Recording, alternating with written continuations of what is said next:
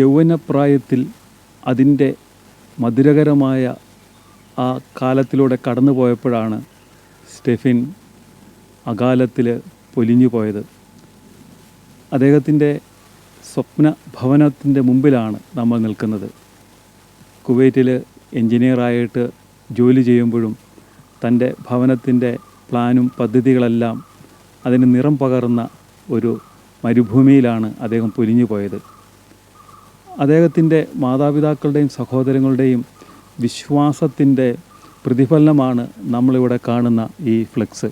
സ്വപ്ന ഭവനത്തെക്കാളും സുന്ദരമായ നിത്യഭവനത്തിലേക്ക് തൻ്റെ പ്രിയപ്പെട്ട മകനെ അല്ലെ സഹോദരനെ യാത്രയാക്കുവാൻ അവർ ഒരുങ്ങിക്കഴിഞ്ഞു.